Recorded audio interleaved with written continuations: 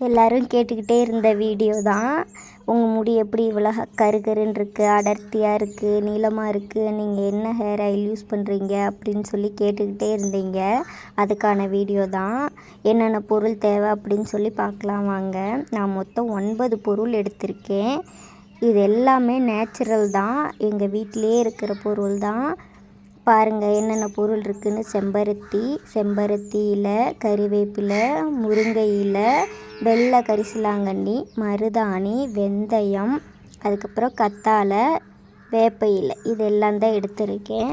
செம்பருத்தியில் இருக்க அடியில் இருக்க காம்பையும் மேலே இருக்க மகரந்தத்தையும் எடுத்துகிட்டு தான் எப்போவுமே யூஸ் பண்ணணும். பாருங்கள், நான் எடுத்துகிட்டு தான் யூஸ் பண்ணுறேன்.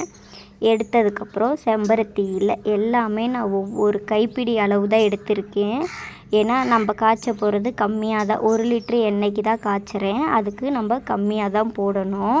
பாருங்கள், எல்லாமே ஒவ்வொரு கைப்பிடி அளவு தான் எடுத்திருக்கேன்.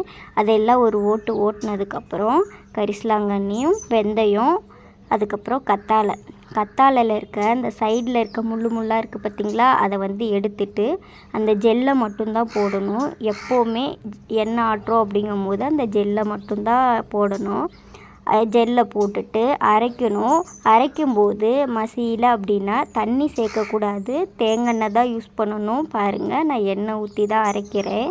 எண்ணெய் ஊற்றி அரைச்சாலே பேஸ்ட் வந்துடும். பார்த்திங்களா, நான் அரைச்சிட்டேன். அதுக்கப்புறம் தாச்சி அடுப்பில் வச்சு நம்ம அரைச்ச பேஸ்ட்டை போட்டுட்டு எண்ணெய் ஊற்றணும். நான் இன்றைக்கி 1 லிட்டர் அளவு எண்ணெய் எடுத்திருக்கேன், சுத்தமான தேங்காய் எண்ணெய்.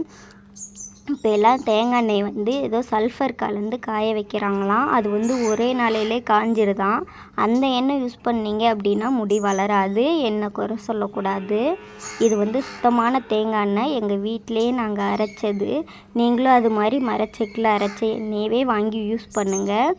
அதுக்கப்புறம் நல்லா கிண்டி விட்டுறணும். அந்த கட்டியாக இருக்குது பார்த்திங்களா பேஸ்ட்டு, அது அப்போ தான் சரியாகும், கலந்து வரும்.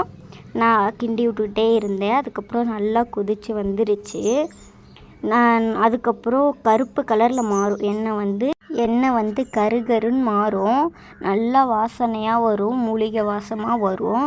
அது மாதிரி வாசம் வந்துட்டாலே எண்ணெய் காஞ்சிருச்சு அப்படின்னு சொல்லி அர்த்தம். பாருங்கள், நல்லா கொதிச்சு வருது. நம்ம கிண்டி விட்டுகிட்டே இருக்கணும், இல்லைன்னா அது அடி பிடிச்சிரும். இப்போ பார்த்திங்களா கருகருன்னு ஆயிடுச்சு.